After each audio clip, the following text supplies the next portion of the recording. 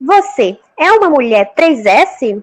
Sabe o que é? Sadia, saudável e sentimental. E é dessa mulher que estaremos falando nesse episódio. Roda a vinheta.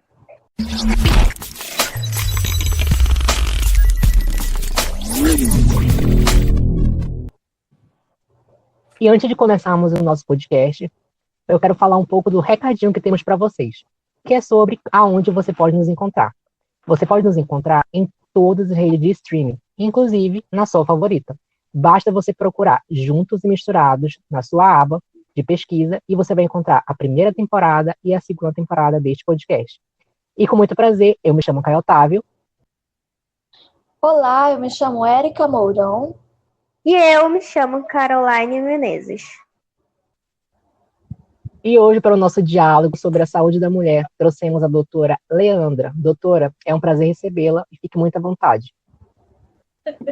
Olá, meninos. Meu nome é Leandra Regis Rodrigues. É um prazer estar por aqui. Muito obrigada pelo convite. Eu me formei na Universidade Federal de Uberlândia, fiz minha residência na maternidade Odete Valadares, em Belo Horizonte, e depois eu retornei para Uberlândia, onde eu estou, e hoje eu mantenho meu consultório. Bom, e para iniciarmos o nosso papo sobre a saúde da mulher, a primeira pergunta que eu tenho para a senhora é: quais as mudanças que são evidenciadas no período onde a menina deixa de ser criança para iniciar a sua adolescência? Quais são os sinais que aparecem de mudanças? Olha, o corpo da menina, ele começa a mudar. Começam a surgir pelos na região de axila, na região genital. As mamas começam a se desenvolver, a mama começa a crescer. E a vagina também, ela começa a mudar. Ela deixa de ter um formato mais infantil e passa, então, a ter um formato mais adulto. Surgem os pequenos lábios, eles aumentam e até passa a ter um pouquinho mais de corrimento, porque com o aumento dos hormônios, começa a haver um pouquinho de corrimento nessa fase. Uma característica que muitas mulheres passam, logo quando ela inicia, né, a sua vida adulta, é a TPM. E quais práticas a senhora indica para alívio desta mulher, desta menina que está iniciando a sua vida? Meninos, TPM é sempre um problema, né? Tanto para os maridos que sofrem, quanto para os pacientes que sofrem, os colegas de trabalho. E a TPM, ela é muito variável, né? Ela pode ter sintomas variáveis. Ela pode ser só uma depressão leve, uma sensação de tristeza. Ela pode ser uma tristeza profunda, em que a paciente chora muito. Ela pode ser um estado em que a paciente fica muito nervosa e ela comete atos que depois ela se arrepende, mas aí ela já ofendeu alguém, ela já gritou com o próprio filho. Então, a gente tem... Os tratamentos para TPM variam muito. Eles vão desde as coisas mais naturais até a possibilidade de uso, por exemplo, de antidepressivo, quando a gente tem aquelas depressões muito, muito, muito intensas. Mas, sem dúvida, a gente mesma pode colaborar muito para a melhora desse TPM. Por exemplo, atividade física é essencial. Existe uma diferença enorme na TPM, quando a gente faz ou não atividade física. A alimentação também faz muita diferença. A gente evitar alimentos, por exemplo, que contenham alimentos lácteos, por exemplo. Manter uma alimentação mais equilibrada, menos pesada, mais saudável nessa fase. Medicações que nos ajudem, porque a gente acaba retendo um pouco mais de líquido também nessa fase. Então, beber água também é muito, muito importante. E para que serve o exame Papa Nicolau, doutora? O Papa Nicolau, ele é o exame de triagem, é o exame que a gente faz hoje para detectar a presença ou não de um câncer de colo de útero. E doutora, quais são os métodos contraceptivos hoje Os métodos disponíveis no Brasil hoje são bastante variáveis. E eles são pílula contraceptiva, que são os mais prescritos e os mais usados, e dentro das pílulas, a gente tem as pílulas combinadas ou as pílulas só com progestagênio. A prescrição delas vai variar de acordo com a faixa etária em que o paciente está ou de acordo com a história de patologia desse paciente. A gente tem também os DIUs. A gente tem hoje o DIU de cobre, o DIU de prata e a gente tem os DIUs hormonais. Além deles, a gente tem também os anéis vaginais, que são colocados na vagina, e também são métodos contraceptivos. A gente tem os adesivos, que também são métodos contraceptivos. E os métodos como diafragma, preservativo, que a gente também tem disponível, e os métodos cirúrgicos, laqueadura e vasectomia. Hoje, esses são os métodos contraceptivos que a gente pode usar no Brasil. E eu também tinha me esquecido, a gente tem os implantes, que a gente pode também colocar na parte subcutânea e que também funcionam muito excelentemente como contraceptivo. Uhum. E no caso, quais são os efeitos que os contraceptivos causam Hoje, o numa que tem mulher? sido muito controverso são as pílulas. A pílula hoje tem sido muito debatida no sentido de que ela pode aumentar a chance de uma trombose, por exemplo. Mas desde que bem prescrita e bem indicada, esse risco realmente ele existe, mas ele é baixo. Então, essa é a maior controvérsia que eu acho que existe hoje com relação às pílulas. E uma coisa que eu gosto sempre de ressaltar, que eu não coloco como método contraceptivo, porque ele não é um método contraceptivo que deve ser preconizado, é a pílula do dia seguinte. E ela, por ser uma dose hormonal muito alta, ela pode sim ter efeitos colaterais por se tratar de uma dose hormonal muito alta. Mas deixo aqui ressaltado que é um método extremamente útil quando existe a chance de engravidar e não é um desejo e foi uma relação desprotegida. E uma curiosidade, no caso, essa pílula, ela pode também causar, no caso, a mulher que queira engravidar, né? E pode impedir a A pílula gravidez do de uma dia mulher? seguinte, como ela funciona? A pílula do dia seguinte, ela deve ser usada até 72 horas depois da relação sexual. A gente sabe que quanto mais próxima da relação sexual ela for usada, mais efetiva ela vai ser. E essa pílula, então, ela pode ser, existem no mercado as pílulas de dose única, existem as pílulas que são compostas por, os métodos, são 2 pílulas.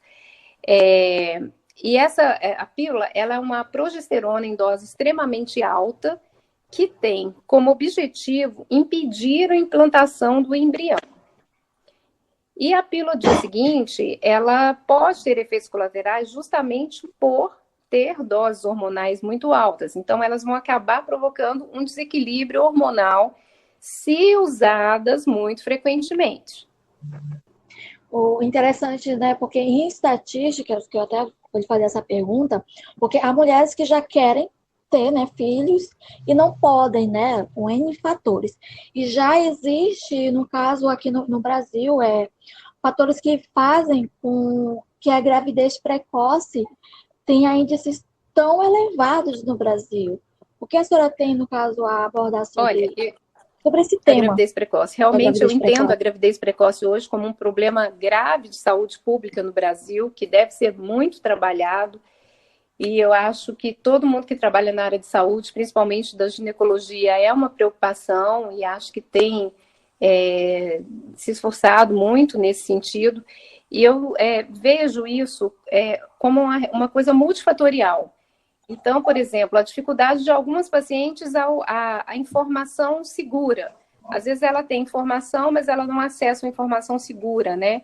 Ela tem uma informação aí de amigos e tudo, mas ela não tem uma informação mais embasada cientificamente. Outro fator também que eu associo é a imaturidade, né? Às vezes as pessoas hoje elas têm muito acesso à informação, mas elas não sabem muito bem o que fazer com ela. E o que eu vejo muito no consultório, principalmente, é essa questão da adolescente, ela ainda está naquela fase infantil, né? Porque quando você é criança, você acha que o desenho animado, o personagem morre, mas ele ressuscita a seguir. Você acha que o personagem está no buraco, mas a seguir ele já aparece lá no outro capítulo. Então, às vezes, na adolescência, muita gente ainda conserva essa ideia de que as coisas vão ficar bem, elas não acontecem com você. Então, eu posso ter relação sexual sem preservativo, eu não preciso prevenir, porque não vai acontecer comigo. Mas por que não vai? Porque eu não quero. Então, eu vejo muito essa questão do não acreditar que as coisas têm consequência. Então, eu acho bacana e parabenizo vocês por esse podcast, que tem uma abrangência muito variada, e que vocês continuem trabalhando nisso, de levar informação segura e de dizer para os adolescentes que, ou para qualquer pessoa que seja, que ter relação sexual sem o uso de um contraceptivo engravida. Eu acho que existe também dois pontos para a mulher, né? Existe o ponto dela engravidar ou ela poder adquirir doenças sexualmente transmissíveis, né? Que está em constante expansão, né? Aqui no Brasil. Sim, a gente tem visto bastante doença sexualmente transmissível. Até porque muita gente não tem o hábito do uso do preservativo, que eu sempre bato nessa tecla, que tem que prevenir, não é só a gravidez, também tem que prevenir doenças. E as doenças sexualmente transmissíveis são várias. A gente tem aí o HIV, que as novas gerações, elas têm muita dificuldade de acreditar no HIV, porque hoje o HIV, ele não mata como matava antigamente, mas a gente tem que ter em mente de que ele é uma doença que a gente ainda não tem cura, ou seja, você provavelmente não vai morrer, você vai continuar tratando, mas vai tratar o resto da vida, e envolve aí N fatores de gravidez e tudo isso.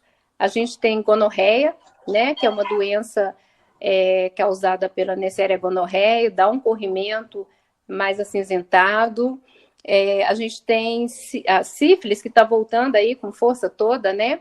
A sífilis, ela dá uma lesão, geralmente na vagina, e aí eu deixo uma ressalva, não só na vagina, mas como no pênis também, que ela é uma lesão, ela é uma ferida que ela desaparece em poucas semanas com ou sem tratamento.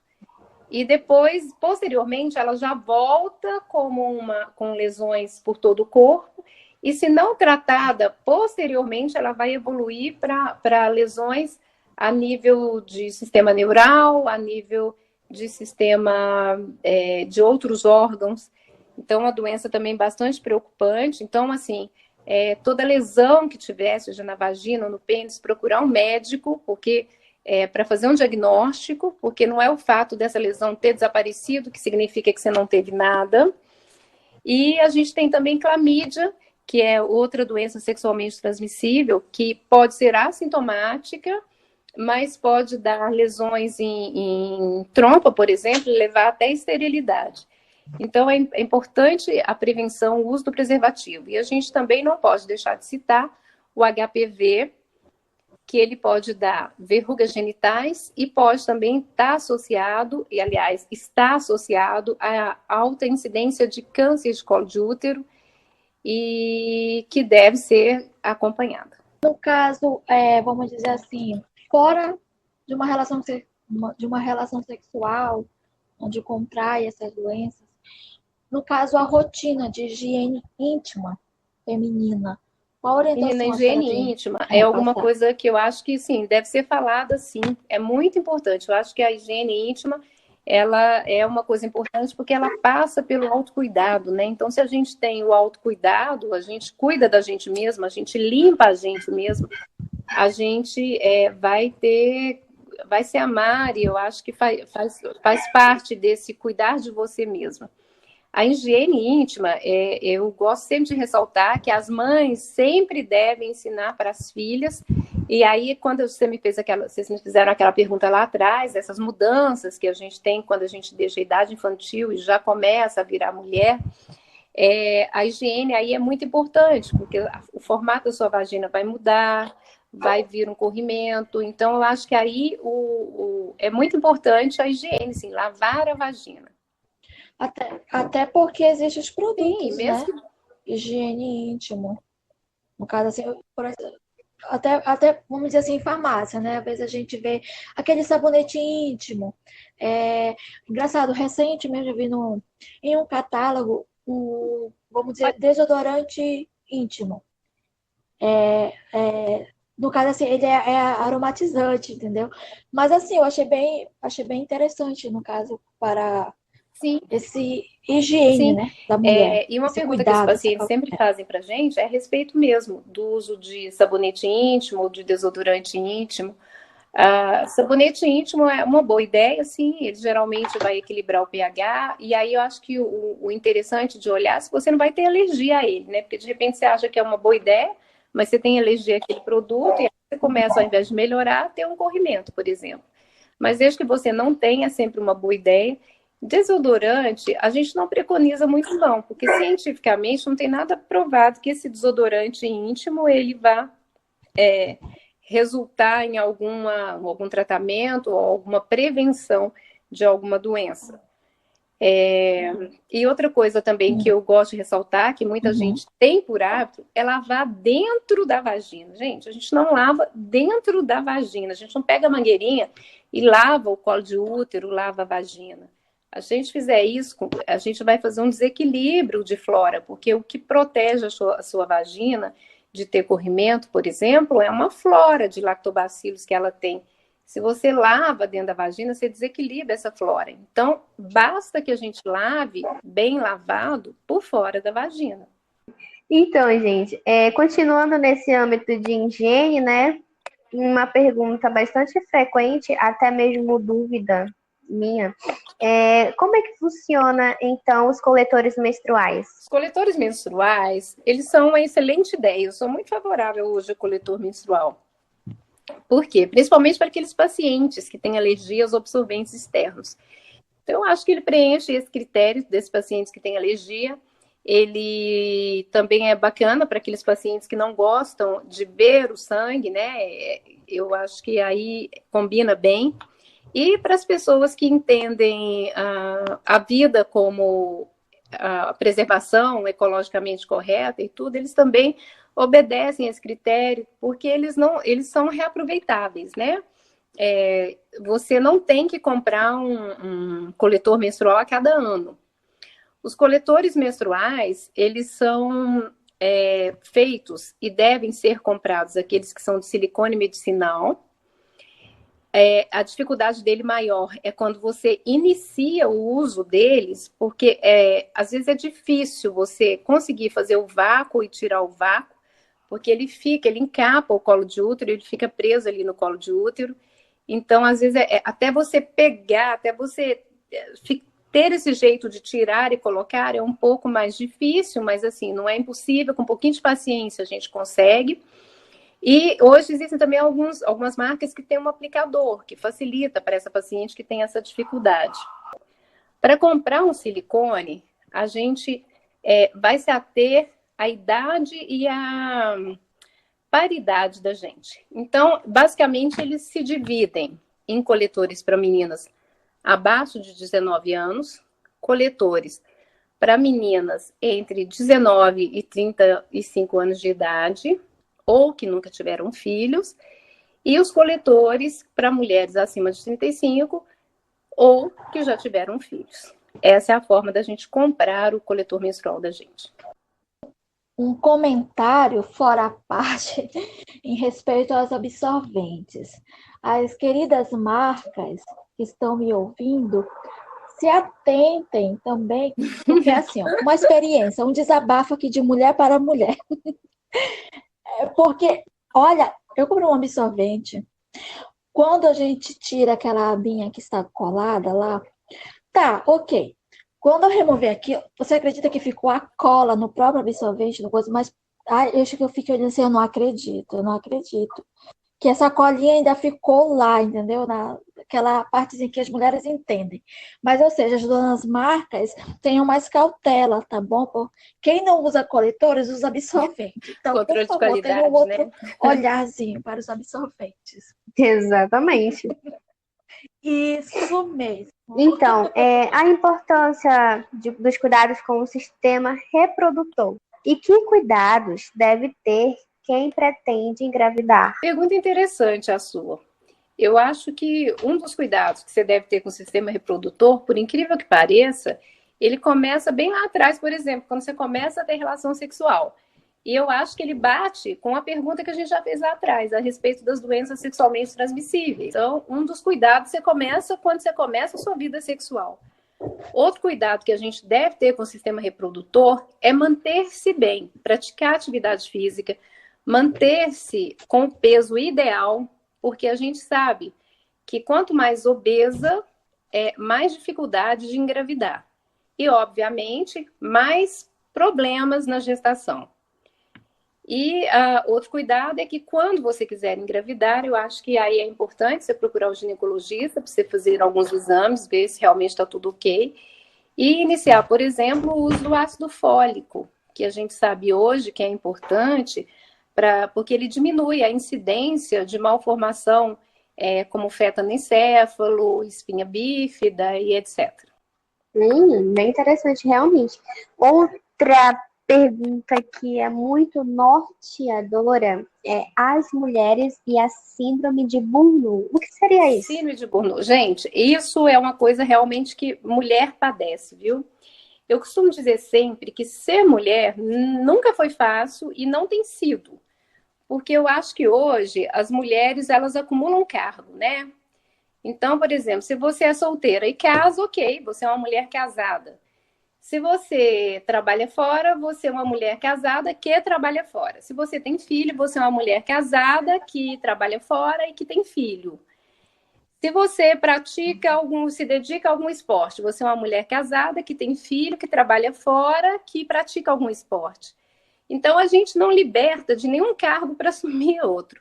Então, a gente tem aí uma jornada tripla, quádrupla de trabalho, porque você tem que desempenhar todas as funções, ele é exigido que desempenhe bem todas as funções. O seu filho quer que você seja uma boa mãe, e você quer ser uma boa mãe. O seu marido, ele também exige atenção, você tem uma casa para administrar, você tem uma carreira. Hoje em dia é difícil alguém que não tem uma carreira, porque como economicamente as coisas mudaram, hoje o casal, para conseguir sobreviver e conseguir as coisas, os dois têm que trabalhar. Então, não há como a gente não ter um estresse constante. E daí eu acho que a gente vive sempre na síndrome de Burnout, né? Que é esse estresse excessivo aí. Entendi. E vamos para um assunto bem polêmico até, né? Que toda mulher está sujeita a passar uma hora ou outra da vida. É a entrada da menopausa. O que muda e quais as características que marcam, principalmente o início da menopausa? Gente, uma pergunta muito importante essa. É uma fase muito especial na vida da mulher. É uma fase em que ela já se encontra mais madura, ela já tem uma estabilidade na vida dela, né? E aí as coisas começam a mudar. A sua menstruação começa a ter falhas ou a vir mais frequentemente. Então, a menstruação, ela muda de padrão. E aí, as mulheres podem entrar na menopausa de diversas formas, com diversos padrões, ou a menstruação ficar mais longa, ou ficar mais curta. E, associada a isso, começa a ter uma série de sintomas, que são onda de calor, mas um calor não é o calor de sentir calor porque o tempo está quente. É um calor que a gente chama de fogacho. É um calor que começa da cintura para cima, dá uma sensação, às vezes você está conversando com a sua paciente, ela fala, peraí.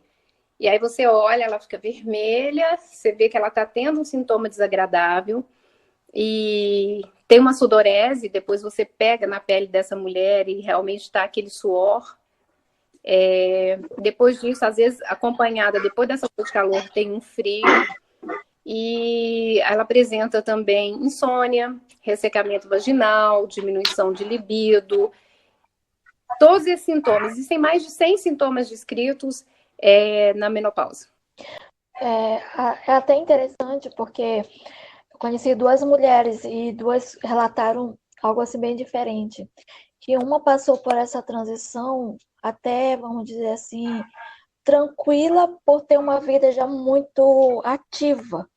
Já ser uma pessoa, vamos dizer assim, que uma correria, então aparentemente parecia que essa mulher não estava nem em menopausa. E já uma outra mulher, não. Tudo assim que a senhora falou mesmo, até a mais, era nítido o que ela estava passando. Ou seja, o que eu gostaria de saber, assim, no caso, cada corpo é diferente, é uma reação diferente, ou tudo isso aí a mulher vai passar. Então, é muito individualizado o que cada mulher passa. Melhor sobre isso? Tem mulher que não tem sintoma absolutamente nenhum e fica tudo bem. E tem mulher que tem muito sintoma, tem todos esses sintomas e até mais. Eu lembro de uma paciente que andava com uma toalhinha assim, ela se secava, porque realmente era muito desagradável, né? E às vezes é muito desagradável, você acabou de fazer uma maquiagem, você fica suada imediatamente, borra essa maquiagem. Às vezes você acabou de sair do banho, você já está pregando de novo de suor. Fora que às vezes você não dorme de noite, no outro dia você tem que acordar cedo e tem que produzir. São muito variáveis, assim. Mas a notícia que eu quero dar é que existe tratamento para isso. Procura o seu ginecologista e vê o que dá para fazer. E dá para fazer muita coisa para dar uma melhorada nesses sintomas. E é muito interessante, porque às vezes as mulheres chegam no consultório e quando você indaga sobre isso, ela diz, nossa, mas eu consigo melhorar isso, isso tem tratamento? Tem sim, gente. Então procura o ginecologista. Isso não é uma coisa que obrigatoriamente é da natureza e você tem que sofrer. Não. A gente pode melhorar isso, pode melhorar a sua qualidade de vida. E acho que hoje a gente tem que pensar muito em qualidade de vida, já que a nossa expectativa de vida ela está maior. E eu vejo que existe uma geração que não acredita muito, ou não lhe foi ensinada a prática da atividade física. A sua geração, ela é uma geração que já entende mais a atividade física como qualidade de vida, como saúde, não só estética. Então, sem dúvida, atividade física, manutenção do peso e alimentação saudável, ela ajuda a ter uma menopausa disparada melhor do que uma pessoa que não se exercita, é sedentária, está acima do peso e come de forma totalmente não indicada, assim. Agora chegou o momento mais esperado por nossos ouvintes, que é onde o nosso convidado responde as perguntas que vocês enviaram.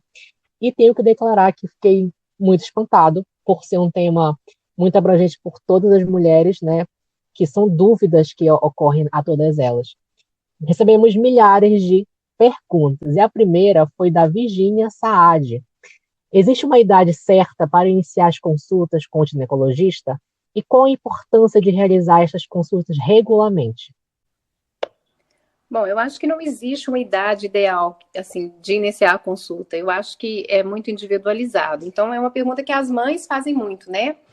E eu digo sempre que a idade é aquela idade que você se sentir mais confortável de levar sua filha, por exemplo. Então, algumas mães têm dificuldade de dar algumas orientações para as filhas a respeito de higiene, a respeito de sexo, ou quer dar uma complementação nesse sentido. Então, eu acho que a idade ideal, quando começa a menstruar, por exemplo, que a mãe quer que eu explique questão de higiene, dessas coisas. Quando a filha começa a ter um namoro, por exemplo, levar para ter uma orientação mais correta, em que momento essa filha for começar a iniciar uma vida sexual, por exemplo. E é muito importante quando você realmente iniciar a sua vida sexual.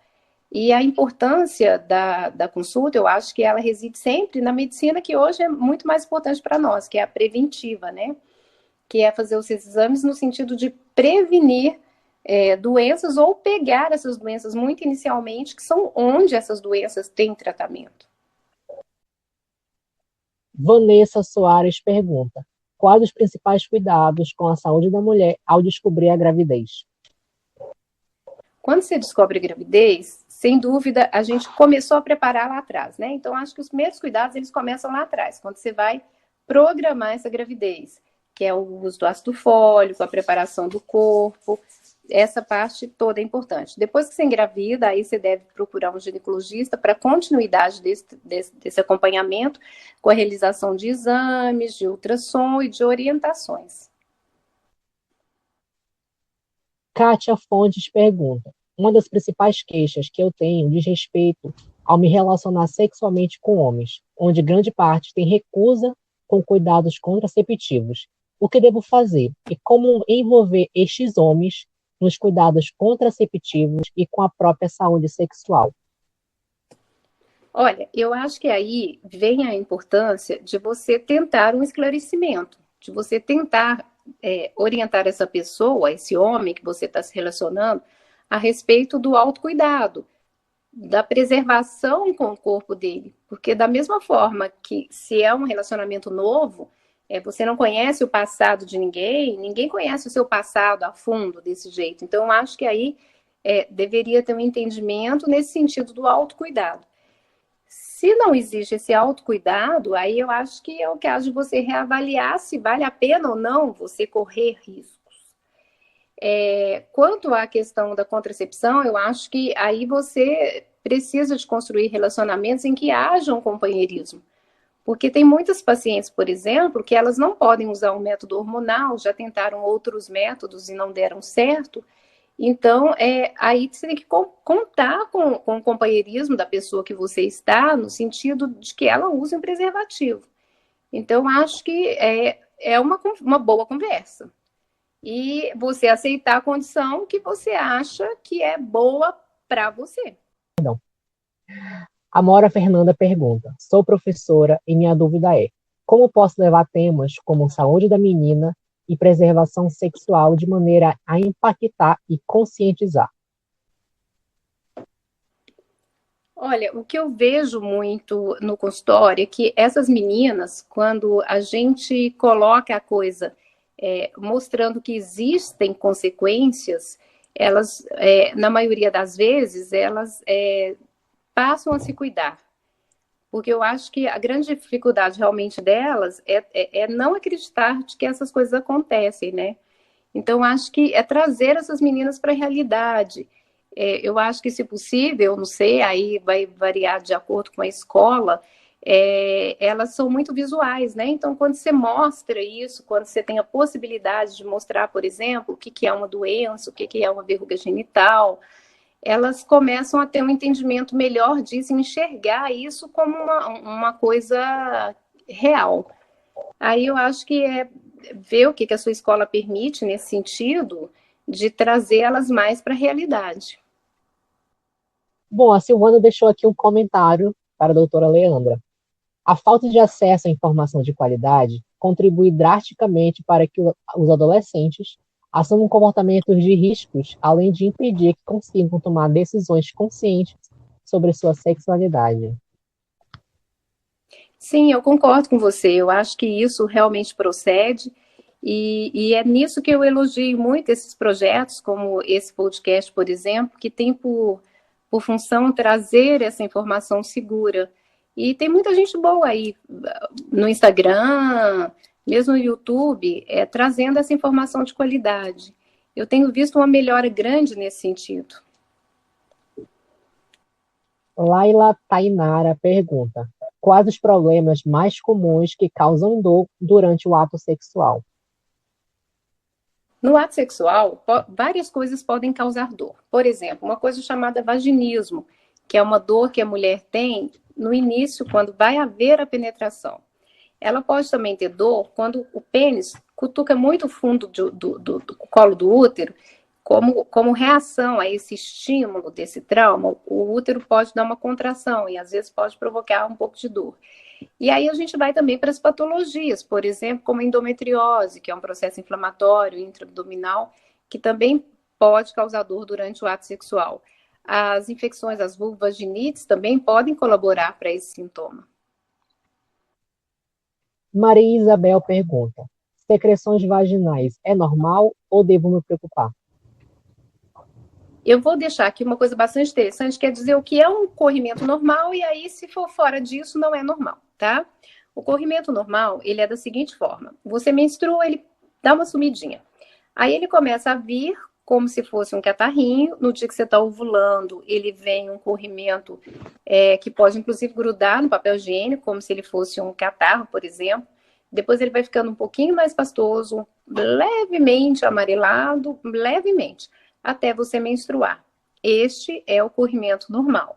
Para as usuárias de pílula, geralmente, elas não vão ter esse corrimento em forma de catarro. Então, o corrimento é um pouquinho mais pastosinho e levemente, pode ser levemente amarelado. Fora disso, se tem mau cheiro, se está muito amarelado, se está esverdeado, se tem a consistência, por exemplo, de nata de leite ou de coalhada, esses não são normais. Laura Fernanda pergunta: como lidar com ressecamento vaginal?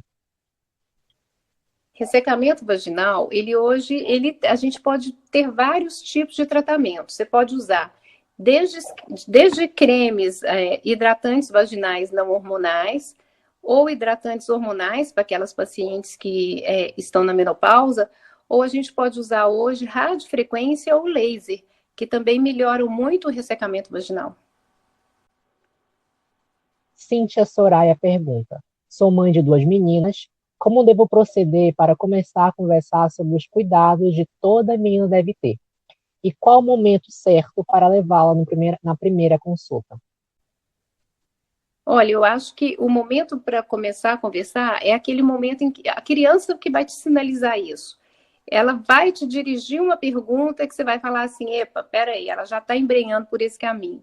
E eu acho que um bom método da gente iniciar, e foi o que eu fiz com os meus filhos, e eu notei que realmente é um método que funciona muito, são os livros. Existem livros que tratam de sexualidade, que tratam do cuidado com o próprio corpo, que são específicos para a faixa etária. Você acha livros para crianças bastante pequenas, você acha livro para pré-adolescente, para adolescente. Então, eu acho que o método que pode facilitar é você comprar um livro desse e dar para suas filhas. E aí, a partir desse livro, você cria um roteiro para conversar com elas. Eu acho que tanto você pode dar o livro para elas lerem e te perguntar, ou você pode ler esses livros junto com elas. E a melhor idade para você levar no ginecologista é aquela que você sentir, em que você necessita, neste momento, de um complemento a tudo aquilo que você já explicou. Quando começa a menstruar, por exemplo, você quer que explique mais sobre higiene, ou quando essa menina começa a arrumar um namorado, você acha que precisa explicar mais do que você já explicou. Eu acho que o momento ideal é a hora que você sentir que precisa mais de um complemento do que o que você explicou até agora. E outra coisa engraçada que a gente vê, né, é que as mães às vezes falam, por exemplo, com relação à higiene, né, e as filhas não mudam o hábito. Leva no consultório, fala a mesma coisa que a mãe falou e o resultado é espetacular. Então, eu acho que é esse momento que você sentir que precisa de um complemento. Claudiana Araújo pergunta: estou grávida de gêmeos e queria dicas, pois acabo comendo muita besteira e tenho receio de adquirir hipertensão gestacional ou diabetes gestacional. Olha, muito bacana essa sua preocupação. Eu acho que você está no caminho certo, sim, se você tem essa preocupação. E eu acho que o primeiro passo que você tem que fazer é procurar um nutricionista, para esse nutricionista ou essa nutricionista, ela te explicar qual seria a melhor dieta para você, porque as dietas são variadas, são variáveis de acordo com o que você faz, ou de acordo com os hábitos, ou até mesmo de acordo com o que você gosta de comer, ou que você tem tolerado comer na gravidez, né? Então, eliminar realmente essas besteiras, essa história, dá uma fome louca, né? E a gente acha que realmente é lindo, e tem aquele ditado popular que diz que a gente tem que comer por 2, no seu caso por 3, né? Mas não caia nessa, eu acho que é procurar um nutricionista e um profissional da área para que ele, junto com você, e você explicando o seu estilo de vida e o que você gosta de comer, que vocês montem um cardápio que você não vai passar fome, mas que seja nutritivo. Até pensando nos bebês, porque a gente sabe que tem trabalhos científicos que mostram claramente que mães obesas vão ter, com alimentação incorreta, esse feto no futuro vai ter maior chance de obesidade também. E também tem aquela questão do desejo, né, da mãe de comer coisas assim, exóticas, né, com muito sal, muito açúcar, coisas que fazem realmente... Isso pode ser controlado, né? Até o seu desejo pode ser controlado. Ivone Silva pergunta: sua experiência diz que as meninas procuram o ginecologista quando estão pensando em iniciar a vida sexual? Não, hoje eu tenho visto uma geração um pouco mais informada, bastante interessante.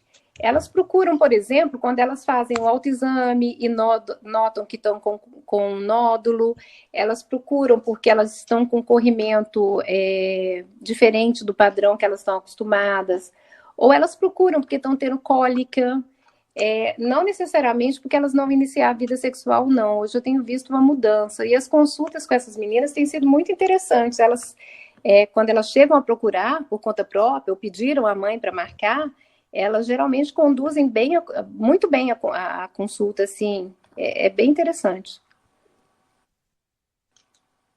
A Janaína Ferreira pergunta: a vacina do HPV é obrigatória? E é verdade que ela pode levar ao surgimento de outras doenças neurológicas?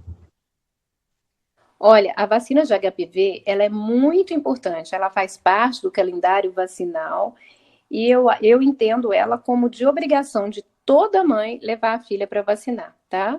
Tá mais que provado de que ela não dá essas alterações neurológicas e eu acho que se você tem a chance de dizer para o seu filho, ou de dar um presente para ele, e esse presente é tentar evitar um câncer de colo de útero, um câncer de pênis no futuro, e a vacina, ela faz isso muito bem. Eu acho que não há motivo no mundo que te impeça ou que deveria deixar com que você não fizesse essa vacina no seu filho ou na sua filha. Eu acho que é mais do que uma vacina, é um presente que você vai deixar lá na frente para o seu filho ou para sua filha. Flaviane Azevedo pergunta: tenho muita cólica, dor de cabeça e dor nos seios durante a TPM. Isso é normal? Sim, esses sintomas que você me relatou, eles fazem parte de um quadro de TPM.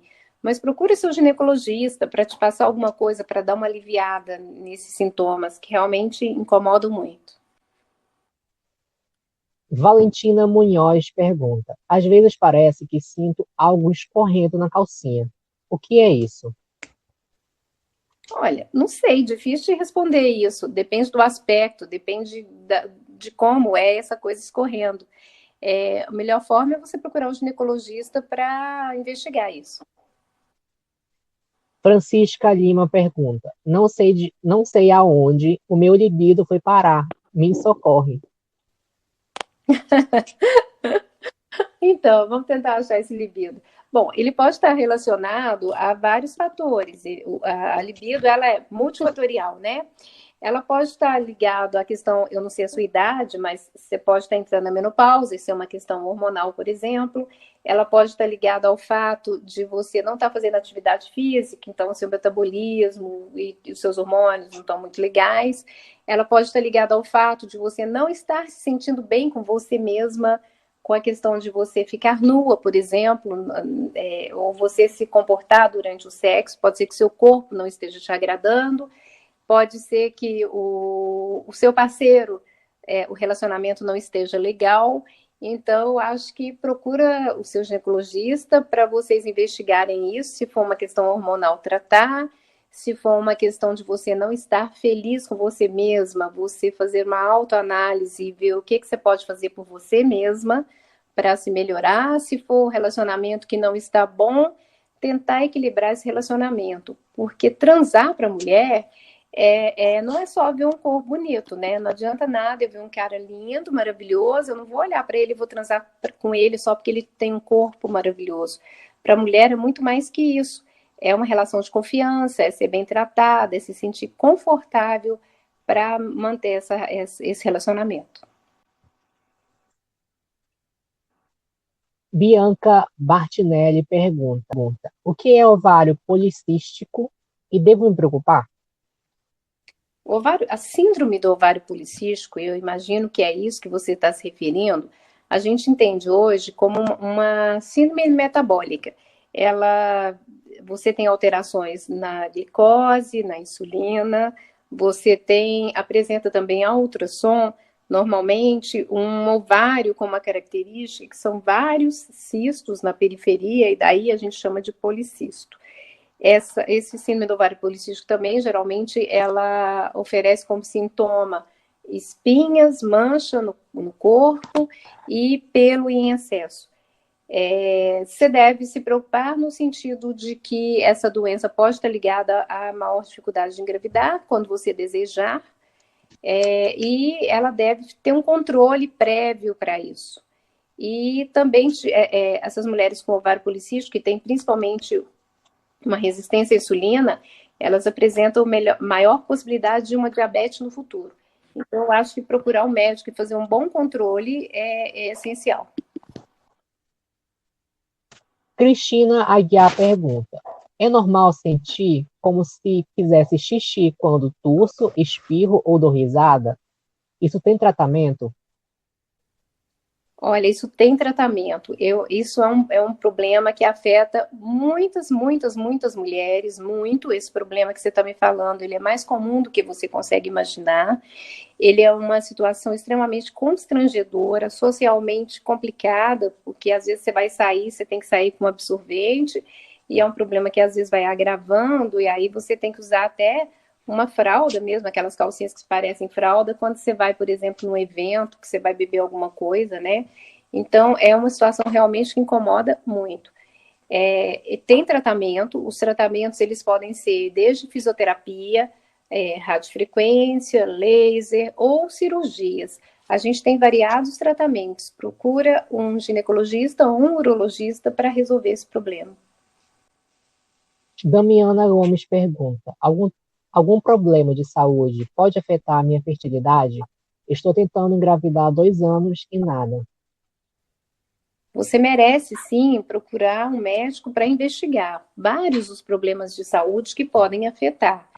Pode ser desde uma clamídia, por exemplo, no passado aí assintomática, que afetou, obstruiu a trompa, pode ser um quadro de endometriose ainda não diagnosticada, pode ser um problema de ovulação.